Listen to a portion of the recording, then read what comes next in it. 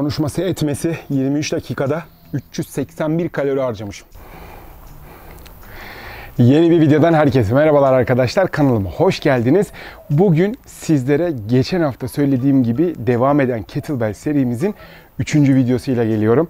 Bugün ne yapıyoruz? Kettlebell ile bacak yapıyoruz.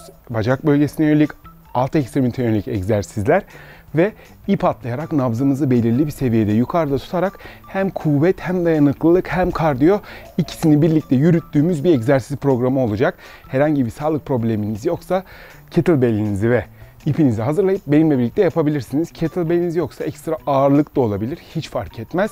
Önemli olan bugün bu programı birlikte yapmak. Hazırsanız başlıyoruz. Saatimi, kronometremi ayarlıyorum. Siz de isterseniz yanında bir müzik ayarlayın. Haydi bakalım. Saatimizi kurduk. Orta şiddette olacak. Hafif terletecek sizi. Ona göre kendinizi ayarlayın. Yanınızda biraz su bulundurabilirsiniz. Ve haydi bakalım güzel bir programa başlıyoruz. Ya. Haydi başladık. Umarım iyisinizdir. Her şey yolundadır. Sağlıklısınızdır. Keyifler yerindedir. Ve antrenmanı özlemişsinizdir.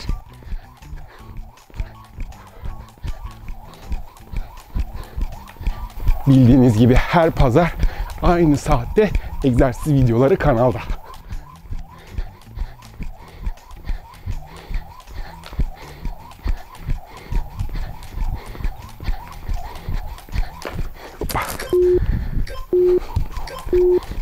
Süper. İyi başladık.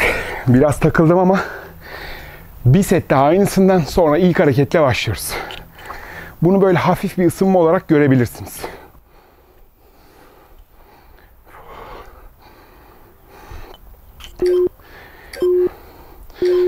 Let's go. Saati kurduk. Bakalım kaç kalori yakacağız göreceğiz. Süper, süper, süper.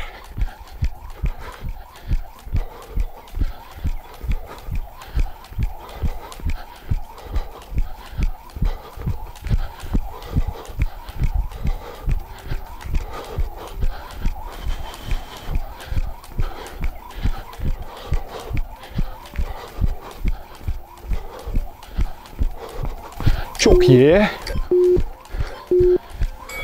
Ve bravo. Harikasınız. Şimdi ilk hareketimize başlıyoruz.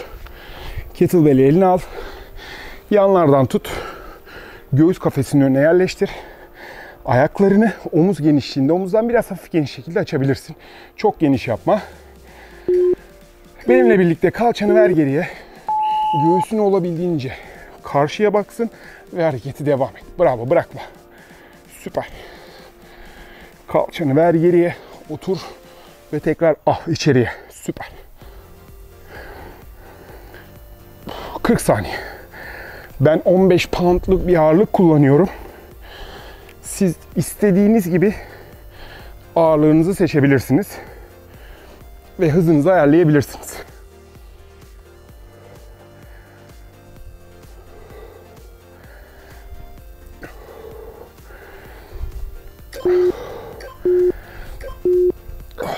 Çok güzel. Bir set daha ve ardından iple devam ediyoruz. Söylediğim gibi ağırlığa takılmayın. 40 saniye boyunca yapabileceğiniz en sağlıklı, en hızlı, en verimli tekrarları çıkartıyoruz. O yüzden herkes kendine göre ayarlayabilir.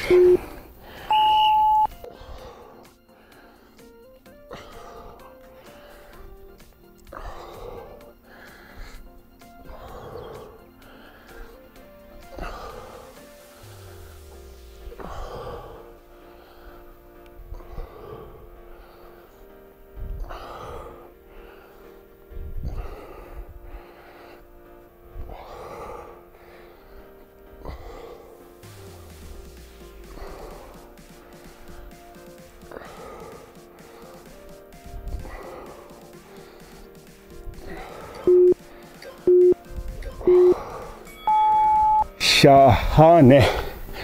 İpe geçiyoruz. 2 set ip. Ardından hareketleri zorlaştırarak devam edeceğiz. Haydi bakalım. Hava da sıcak. Su gibi oldum. Let's go.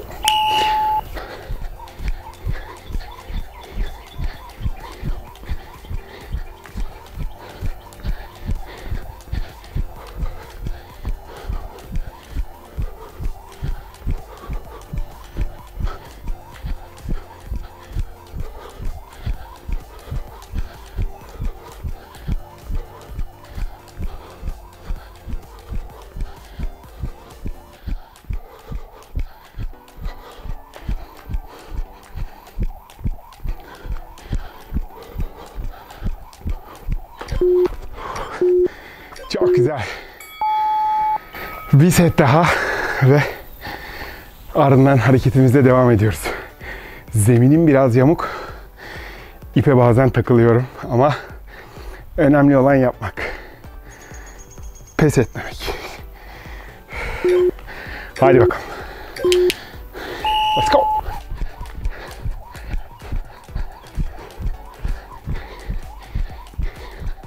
Çok iyi, çok iyi, çok iyi, çok iyi.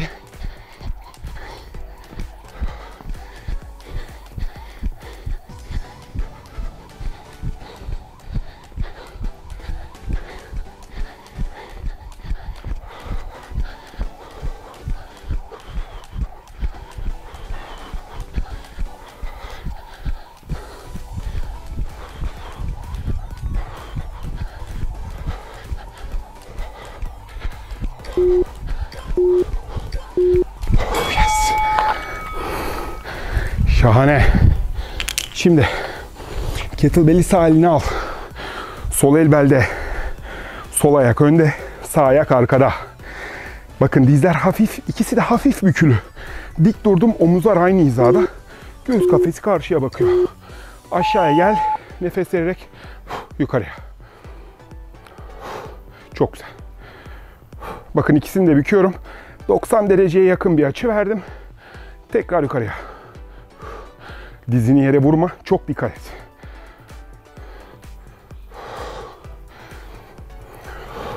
İleriye doğru değil.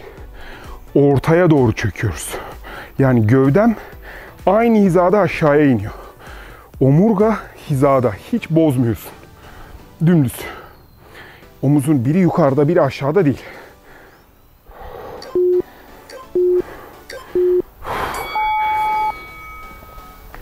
Aynı ayak. Bir tane daha. İp. Sonra diğer ayağa geçelim. Çok güzel. Hizalamayı bozmamaya çalışın. Omurganız dümdüz. Göğüs kafesi karşıya bakıyor. Haydi bakalım. Gel.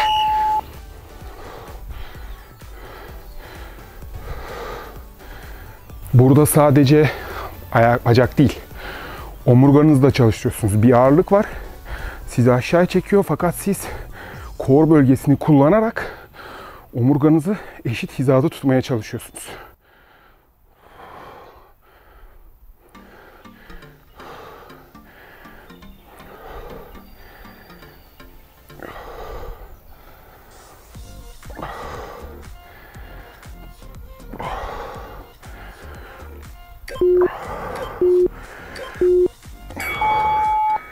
Yandı mı? Benim biraz yandı. Hafif böyle bir hissiyat oluştu. Haydi bakalım. İpe geçiyoruz. Ardından yine diğer ayakla devam. Let's go. Biraz dengesiz hissedebilirsiniz. Niye yaptın diye de sorabilirsiniz. Kesinlikle bilerek yaptım. Yüksek nabızda vücudunuzu strese girdiğinde o kontrolü sizden istiyorum. Vücudunuzu kontrol etmesini sadece düzgün ve düşük nabızda değil, yüksek nabızda da yapacağız. Bu ileride sizin stres anında karar verme yetinizi bile emin olun geliştiriyor. Bazı şeylere daha sağlıklı reaksiyon ve tepki verebiliriz. Yes. Bir tane daha.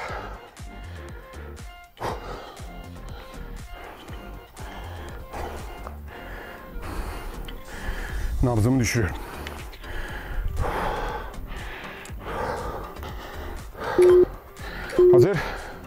Let's go.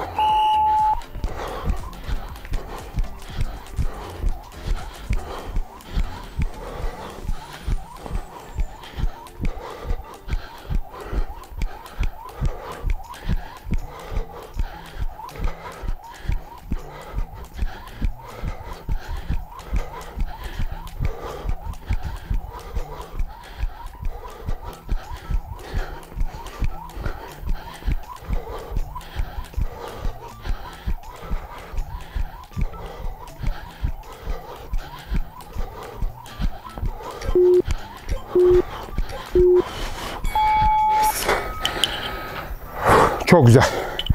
Şimdi diğer ayağa geçiyoruz. Sağ ayak önde, sol ayak arkada. Aldık sol elimize. Sağ el belde. Göğüs kafesi karşıya bakıyor. Hadi bakalım gel. Çok güzel.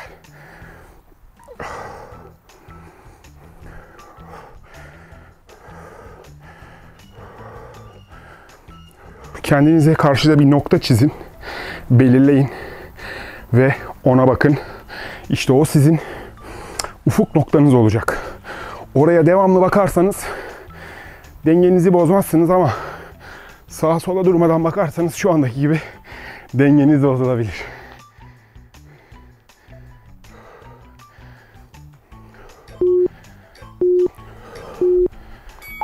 Süper. Bir tane daha. Bundan sonraki 2 egzersiz biraz daha zor olacak. Nabzınızı böyle pik noktasına antrenmanın haydi bakalım %80'lerinde çıkacağız.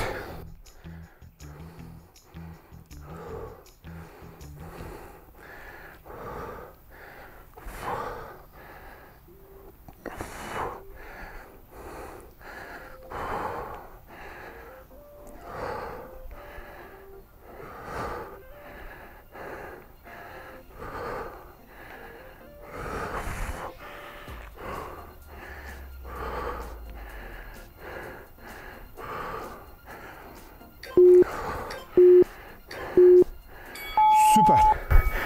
Şimdi tekrar ipe dönüyoruz. Ondan sonra egzersizlerimize devam. Su gibi nasıl terliyorum? Belki görüyorsunuzdur ama su gibi akıyor. Hadi bakalım, hazır? Let's go.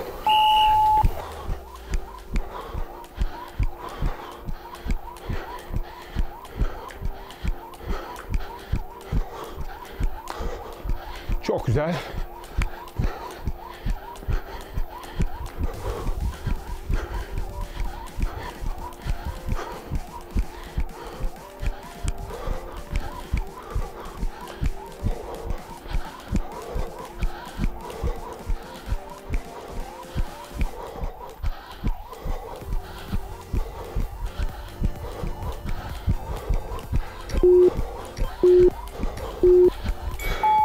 Bir bakayım kameram ısınmış mı? Şu anda pis bir güneş vuruyor. Harika, çok iyi gidiyoruz. Bir tane daha. Süper. Gel.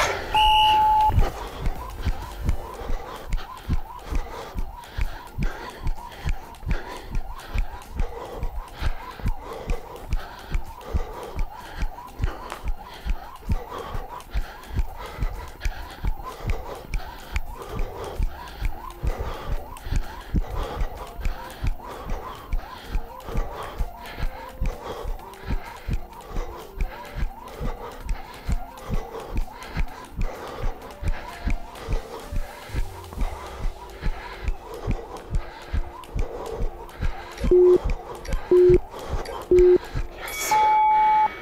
Şahane ama sıradaki hareketimiz gerçekten bizi zorlayacak. Nabzınızı pik yapacak. Al sumo squat pozisyonu. Kollar aşağıda. Serbest. Olabildiğince dik dur. Gel aşağıya. Hafif yukarıya zıpla. Çok rahat. Ayaklarını bir yerden kes. Benim için yeter.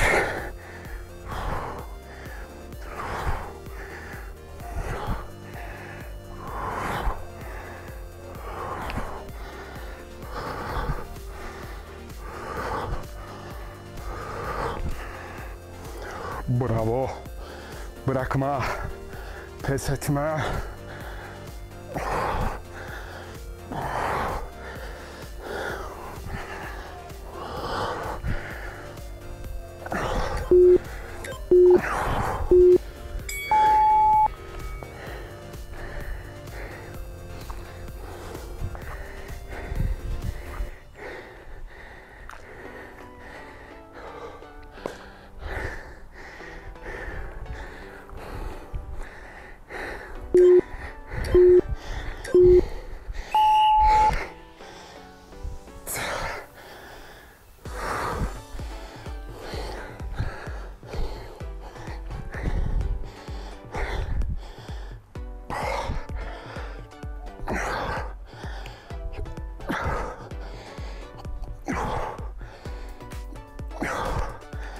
Mesela yorulursanız sadece buna devam.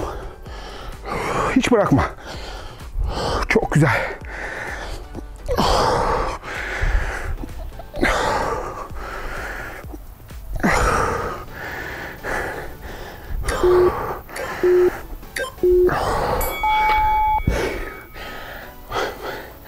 Yandı. Yandı. Harikasınız.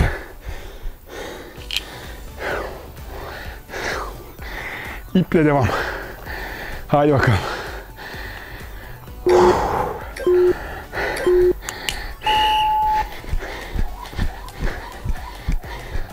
Şimdi ip atlamak biraz zor gelebilir.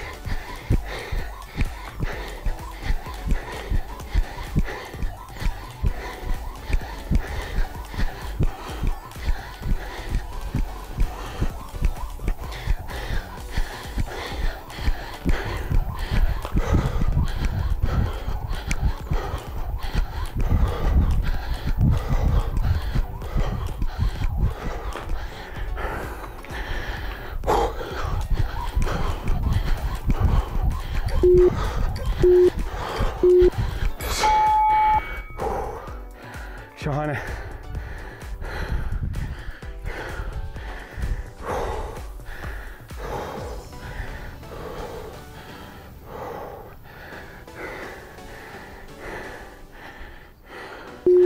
Hazır. Haydi bakalım gel.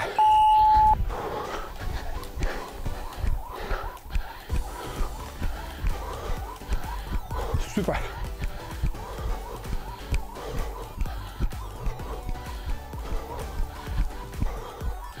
Bravo, bravo, bravo.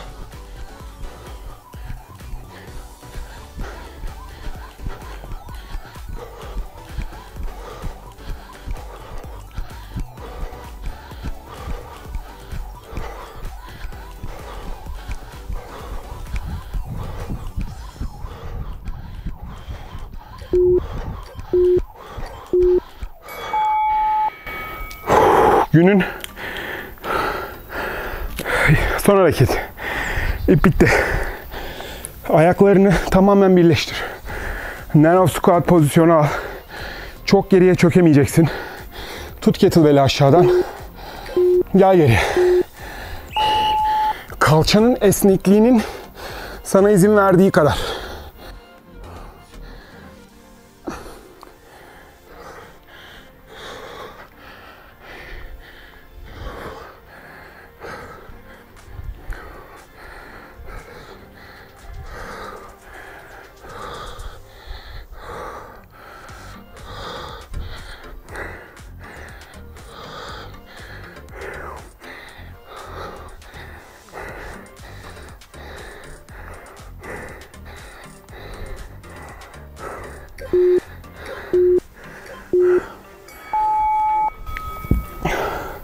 Bir tane daha.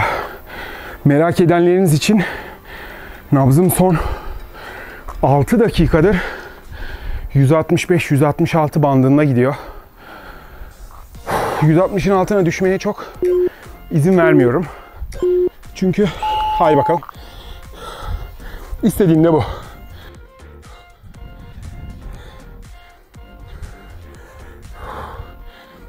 Ayakları kapadık.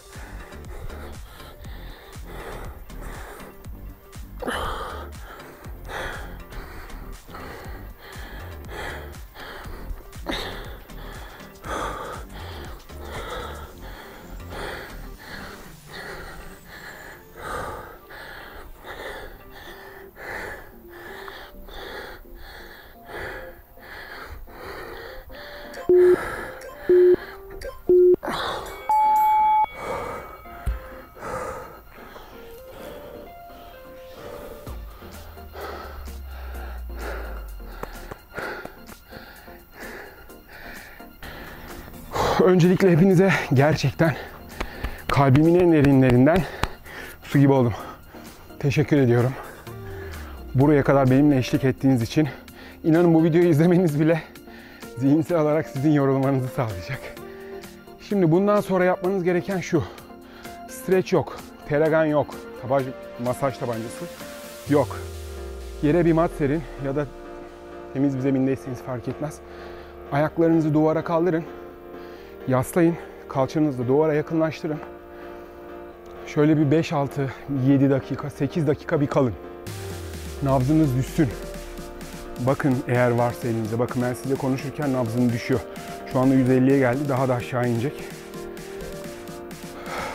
Ondan sonra kalkın duş alın. Duş aldıktan sonra stretching hareketlerinizi yapabilirsiniz. Çünkü bu kadar yüksek nabızda stretching yapmak, kas zaten gergin. Zaten şu şekilde kasınız. Bir de bunun üstüne stretching yapmak, 20-30 saniye, 40 saniye bir pozisyonda kası germek, küçük küçük fibrilerinizin atmasına sebep olabilir. Bir de antrenman geçmişiniz çok iyi değilse, bu antrenmanı ilk defa yapıyorsunuz, daha da kötü olabilir. O yüzden kaldırın ayaklarınızı, dinlenin, kendinize gelin, duş alın, geri gelin stretching yapın. Stretching yapacak vaktiniz yoksa yapmayın şu anda. Uzatın ayaklarınızı, nabzınızı düşürün, gidin duşunuzu alın. Bu şekilde de duşa girmeyin. Bir kendinize gelin. Duştan sonra bir maden suyu içebilirsiniz. Vücudunuzdaki elektrolitleri toparlar, bir tansiyonunuzu yerine getirir, kan şekerini dengeler. Buraya kadar izlediğiniz için çok teşekkür ederim. Videoma abone olursanız, kanalıma abone olursanız ve videoları beğenirseniz bana çok büyük destek vermiş olursunuz. Haftaya aynı gün, aynı saatte görüşüyoruz. Kettlebell'den çıkıyoruz. Başka bir seriye başlayacağız. Kendinize çok iyi bakın. Herkese selamlar, hoşça kalın. Görüşmek üzere. Bu arada konuşması etmesi 23 dakikada 381 kalori harcamışım. Su gibi oldum. İşte bu. Harikayız. Görüşürüz.